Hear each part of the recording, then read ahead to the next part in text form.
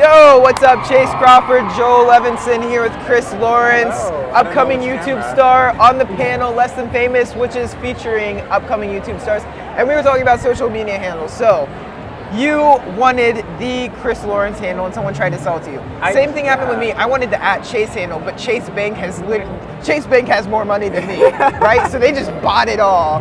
And because everyone wants to be at their first name. That's the most legit that you can be on social media. I think that's the greatest peak of life you can reach when you're just Chris, at your or first name. It's being just Beyonce or Adele. When people say that, when you're on a one-name basis, yeah, exactly. When you're on a one-name basis, I feel like that's when you've made it somewhere, and us two-name people are just not important. You're either a soccer player or a music star if you are on a one-name basis. Exactly. And that's what I was trying to do, but Chase Bank has more money than me, and I feel like that lawsuit would be over really quickly.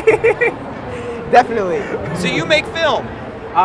Something like that, yeah. Okay. So the end goal is to be a filmmaker. I used to do a lot more social justice-based videos, but I don't like trolls, and I don't like waking up with accounts being locked and all of these things that happen with just trolls happening, and it just didn't add up because I want to be a filmmaker in the long run, and I just wasn't doing that. So now I've been delving more into that. I want to start a series where I follow a lot of friends and just different people at VidCon, where they're just telling life stories and the storytelling and stuff like that. So what do you think is the best path for wanting to be a filmmaker in 2017? The best place to go from I would like to be a filmmaker to actually doing it? Picking up. Are we allowed to swear? Seems like a good place to start. That's a good question, because no, I'm how many words? I hope my parents aren't watching this because I gave them both I think filmmaking is something that you can learn as much. You can go to film school, you can do anything you want, but if you actually don't pick up a camera and do it, you'll never be good at it. If you don't actually mess around with ISOs and different lenses and all that sort of stuff, you'll never be able to do it. But then also just indulging in just so much different types of. Am I not good? Oh, gotta fix your mic real quick. No problem. So we can hear more of what you're saying instead of less of it. Yeah, for one, just doing it, and then kind of surrounding yourself in other people that do make films and just other types of films, and just knowing what you want to do and what's something that doesn't exist already. Because we already have Finding Nemo, so we don't need more people making movies about clownfish going missing. Do you like to go to a movie theater? Not really. So how do you consume your film? How do you consume film? Netflix is amazing. So, but the thing is, my attention span is really short, which is why I love short film, because you can do something in 10 minutes, and that's perfect. A lot of Netflix, but I watch them really broken up because I'll be oh, I'm bored now. But a lot of Netflix, I watch a lot of short films on YouTube and Vimeo, not Venmo, Vimeo. I told someone that last night. I was like, what? With all these people that are famous on these random apps, So someone came up to me last night and they're like, yeah, I have 100,000 followers on Musical.ly. I was about to be yeah, I have 100,000 followers on Venmo. Just pull some, Venmo is a money trading app. Exactly, and then because I'm not from here, someone was oh, can I send you money on Venmo? And I'm well, what is that? What is this American exchange? Yeah, I'm if you want to send me American money, that's fantastic, because the currency exchange is so interesting. So you're from Canada, right? I am. This is our second Canadian guest of the day. Maple syrup. Hey, nice. Give us your best Canadian line. What do people like to hear when they're oh, you're from Canada, who are you saying? I'm not even kidding. Whenever I tell someone I'm from Canada, oh, you're from Canada, eh? And in 22 years, I've never heard another Canadian say eh, ever. That, or they'll be so do you guys all live in igloos and things? And it's where do you think we live? It's not really that cold in Toronto, where where an igloo would survive all year round. Yeah. Is Toronto where all the creative energy is in Canada right now?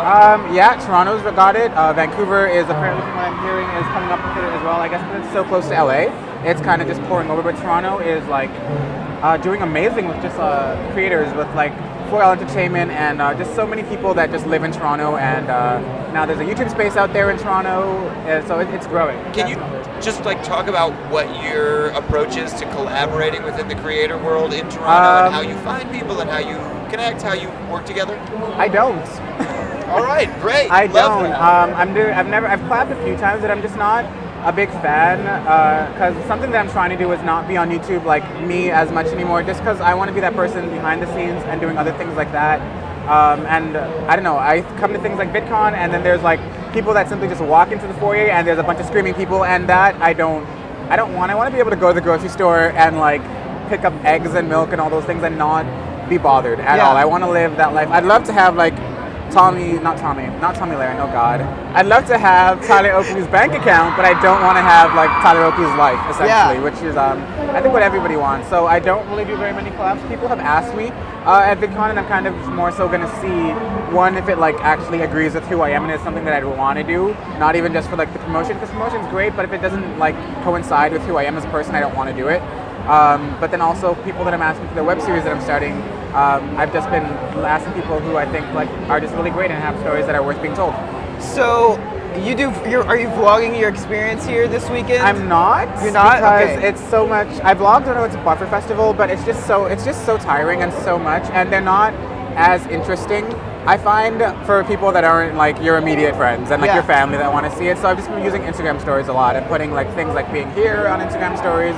Because then it's like it's there, and if you don't see it then, well, you missed it. So a lot of people watching are people who want to create or are interested in how creators like so what goes into Instagram story, like can you show us an example, like, hey, what's up, I'm here at this, or like what do you do, So it walk really, us through Where's that. my phone? Oh, there it is. So it's really it depends on where I am and like what I'm doing. Sometimes it'll be something like really simple, like I'll just make one right now, and it's gonna be like Inception. Do right it. now. That's so cool. It's gonna be like I use hands-free a lot just Okay. because then I don't have to worry about like getting a spasm in my thumb or anything like that. But it's like the most convenient thing, and you can just be like, hey, so I'm here at the that will not use that one because I don't remember the name. Switcher Studio. Okay, perfect. Yeah, wow. That's so embarrassing that happened on live. I don't like live, like anything, because I'm like, oh, I can't edit that out. That's how I feel. I like editing so So much. I'm here at the Switcher Studio booth with Chase Crawford, and we are actually live right now on their Facebook page. So if you go to the link in my bio, you'll actually be able to watch me doing things in about like a 20-second delay, which is so cool. But like something yeah. like that to kind of like interact with the people who will watch it and kind of just like do that. But then also because this is a live stream when I'm not there anymore and add it to my story, it's something that you just pull off. So I kind of like that about Instagram and like Snapchat stories. It's like you can kind of control when it's seen and like where it's, and you can be like, leave this here for an hour only, and then after that just pull it down. But yeah, there's kind of no way to really do it, because sometimes I use my phone, but then sometimes I'll also do a video on my camera and then go on Adobe Premiere and like mess with all the sizes and whatnot, and then put it on my Instagram story, because then it just looks so much better, and it has such a different definition than your typical iPhone camera. Yeah. Joel, Yeah. I want to know if you think that there's a value to training actors, or if you think any human being can be taught to act given the right director. Absolutely. Absolutely. What, anybody can act? I think absolutely anybody can act, because realistically, we all can pretend to do things, like we all can pretend to put on a British accent and like all that fun stuff. We can all do those things, but sometimes you just have to know how to like own that craft, and how you can like use methods to do things better, like learning different stage directions, learning when to like cheat out, learning when to just do certain things to like take what you already have, like the interest or whether it be the natural talent, and making it better. So I think anybody can learn to act, or like things like singing. Your voice is a muscle. You can learn to do something. I don't think I believe it. I do. I think there's human beings who aren't good at pretending that they aren't something that they are, and then there's others who are good, and it's like a fundamental difference in how people can approach that. okay. Like when you meet, I don't know, don't you get the sense that sometimes it takes a special skill set to be able to fully embrace a different costume, a different attitude? Yeah, I think it does take a level of talent. Like I definitely know that if I was to be on a movie set and they're like, okay, cry, I'd probably be like, do you have like some onions or something? Like, and be like but I definitely think there's talent. But I think that talent can be worked with. Not everybody can write, but if you go to school and you like learn and you practice every single day, you can become an amazing writer. So I think that there's room to grow and like room to learn everything. I didn't know how to use a camera when I first bought my camera, and everything was noisy and grainy, and then once I just got on YouTube and learned how my camera works and so much more of that stuff, there's been just improvement in like how films look, and like learning things like the rule of thirds and all of that sort of stuff. So you definitely can. If you're dedicated enough, I think you can. Does it kind of blow your mind that there's like these like so I was telling Joel, we went to this event and there were like all these like 8-year-old Musical.ly stars, and like they walk across here and like people run after them. Does that surprise you at all, or is it kind of like expected, like given the circumstances? I'm gonna be nice and I'm gonna say it's surprising. You don't have to be It's nice. really one. I think those kids need to just stay in school and I think that 8 years old is a little bit too young to be on social media and have that level of visibility because they can't comprehend like in the way that we can. Like, whoa, if I walk into a space like this and everyone's crowding me, it could potentially be dangerous. Yeah. With like all of those people around you. And I think that they think it's like a game or whatnot, and ultimately they don't understand how gotta they get can that use vlog that. footage. Exactly. They don't understand how they can use that to be like a great marketing tool. How like I can make like a lot of money from this. We rewind to another part of this question, which is like, at what point does an artist actually have something to say? And I mean, do you think that, or is it negate their experience that as an 8-year-old they have something to say and they can connect with an audience in a different way than they could? Or is there some value to like, hey, wait a second, live a little bit more before you get to participate in art in that way? I think a little bit of both because, well, first and foremost, I'm not watching an 8-year-old do anything because what is an 8-year-old going to tell me about life that I don't already How know? to build something in Oh my gosh, Minecraft. if you pull off a Band-Aid, it hurts. Yes, And I some know. people, someone yesterday was calling them the Gen Xers, and Joe was Z. the Gen Z, and was it you that called them the Yes, she called them Minecrafters? Minecrafters. Yes. Yeah, so I think amongst 8-year-olds, like there's stuff to like that they can talk about with other 8-year-olds.